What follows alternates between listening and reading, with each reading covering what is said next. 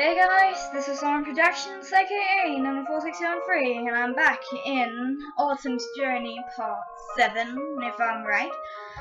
Let's just continue. Alright, seems like everything's ready. We're moving out. I interject motion. I'm sorry. Motion to the others, then exchanged hugs with my parents. I promise I won't be gone for too long. I'll definitely be back in time for harvest. As we departed, my mom cupped her hands around her mouth. And remember, be sure to check every barrel, crate, and chest in town. The residents don't mind if you find something useful. Mom, I'm pretty sure that's stealing. Speaking of which, teach your companions the concept of pay. We don't want them accidentally pillaging apples or anything, or the like. Oh gosh, that's right, I didn't even think about that. Mary glanced at me curiously as we continued walking. Pay? Don't take stuff, especially if it seems like it belongs to other people. But your mom just said, don't mind what she said. And Kerr yelled, too far ahead. Not a professional start, thanks, Kerr. The merchant probably heard that they don't understand pay either. Thank you, family. We hadn't even left the village, and already my mind was swimming with too many worrisome thoughts about the journey. No, just focus on the mission. It'll run smoothly, and everything will be fine once we reach Alabama. I'm sure of it. Mild irony here. I reached into the bag and touched the letter for comfort to make sure it was still there. Feeling my confidence returning, I straightened my back and boldly gazed beyond the road. Finally, my dreams will come into fruition. Blah blah blah.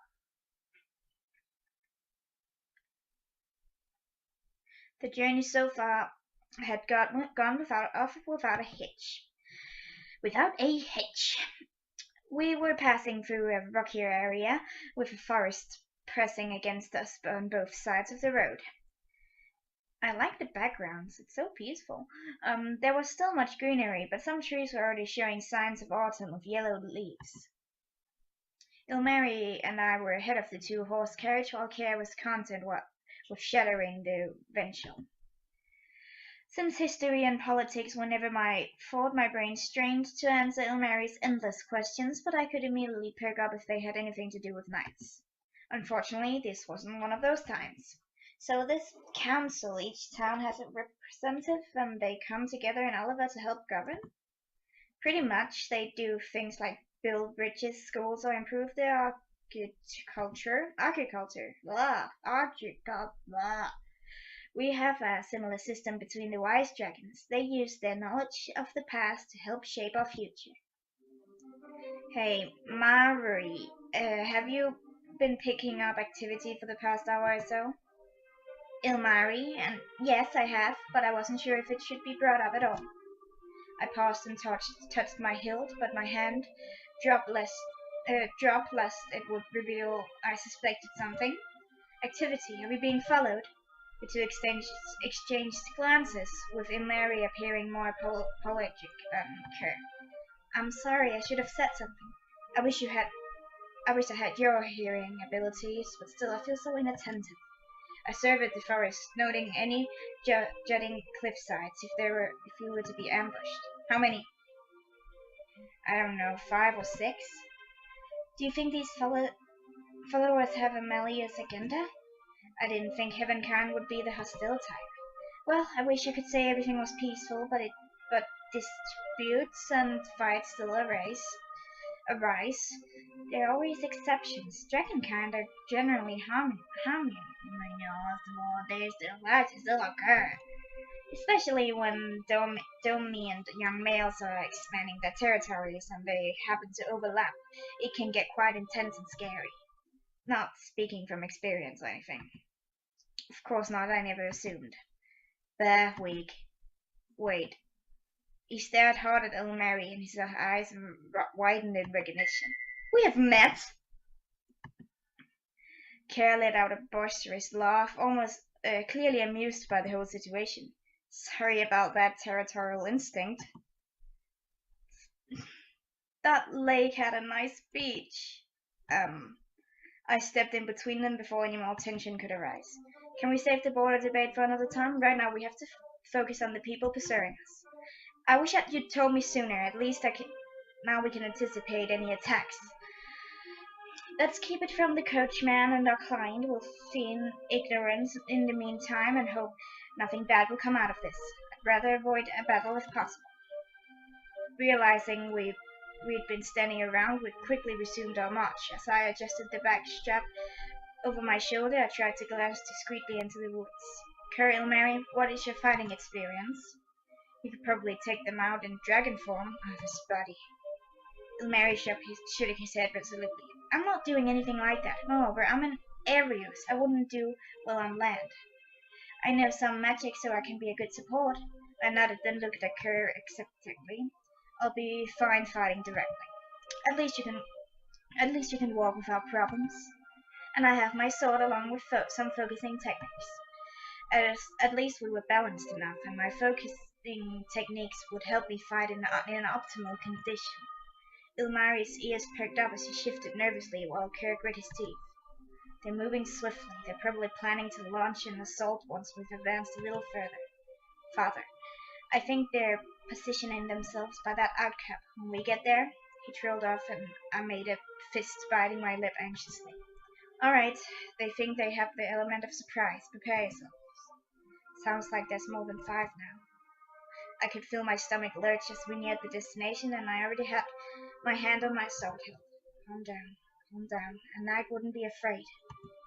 I gulped and then chided myself mentally, shaking those thoughts from my head. I reminded myself that I was no coward.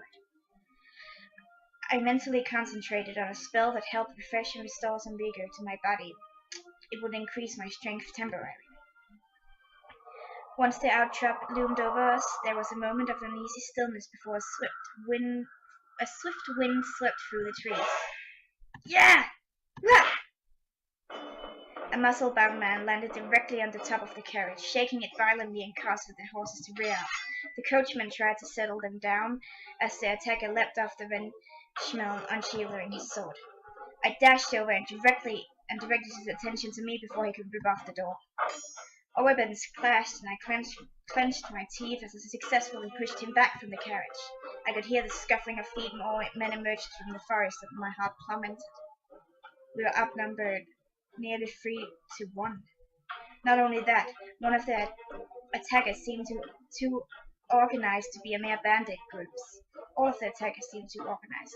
My opponent's sword fighting were refined, and their outfits too proper.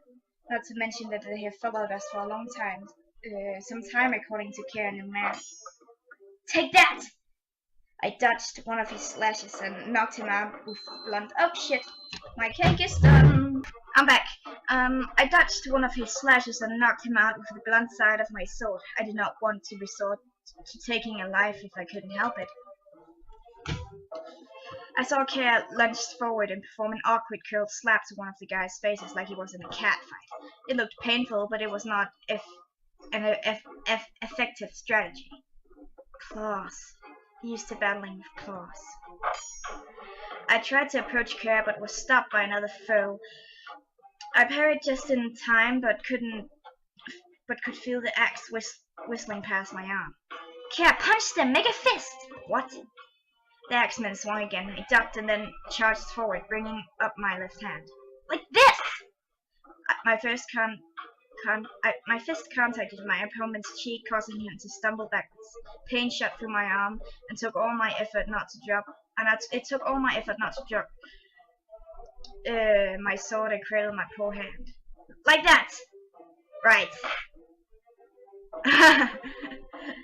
Kerr delivered a hearty punch. This time it sent his opponent flying. He glanced at his fists in bafflement, and a smirk appeared on his lips. Not bad, I could get used to this. Kerr jumped over the fray, and I could hear Ilmari apologizing loudly. A burst of water streamed forth from his hands, toppling someone who tried to run up to him. 4 down, 4 to go. A few men that had gotten back up were now second-guessing themselves, while the more stubborn ones tried it round 2. As I was engaged in another sword fight, I stepped back and felt my shoulders bump into someone. I glanced up in the heat of the battle and spotted Kerr, who looked down at me. The heat of the battle, that reminded me. I assure you the spell won't wear off for my clothes. I just don't want to glance back during... Oh, what's going on? Why did the music stop? Well, I just don't want to glance back during. I don't know the heat of the battle and catch you stark naked.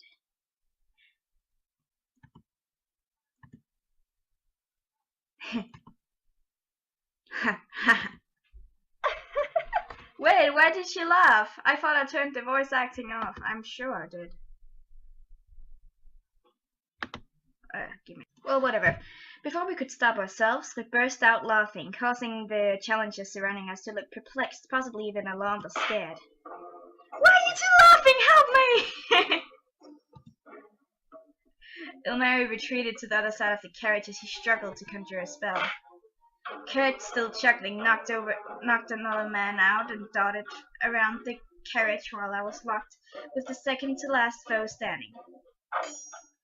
I riposted, but he blocked my sword, and I retaliated with a swift kick to the stomach, and he stumbled back. His eyes darted over his fallen comrades, and he slowly backed away. I pointed my sword at him, and he hastily disappeared into the forest, leaving his purpose behind. Perfect timing, since I could feel my focus spell wear off. Coward. A high-pitched scream came from the carriage, and I turned to see the door was open. One of the armed men was escaping with the box. No! Not while I'm around. He slammed the ground with his fist, causing the whole place to shake. I knelt down, covering my head as my sword shivered harmlessly onto the soil. My knees felt like they were liquefied, and I had to use one hand to support myself. I couldn't move, and each shock only reinforced my terror. Care, seize this at once! Did Mary notice I was scared? The man tripped from the jolts, and the box flew out of his grip. It hit a rocky terrain, and with a crash causing to latch open. I forced myself to stand up, but I was unnerved by the tremors. Every step felt wobbly. Care focused on the almost thief, who also disappeared into the woods. By the time I got to the fallen object, Ilmari was already scooping items back into the coffer. I saw a few feathers sticking out. Perplexed by the wares, I reached up for the box, but Ilmari slammed it shut, his face pale white. Ilmari? If you closed it, it would have been unfortunate if you got damaged. Was it intact? Yes, nothing appears broken. He gave me a strange smile.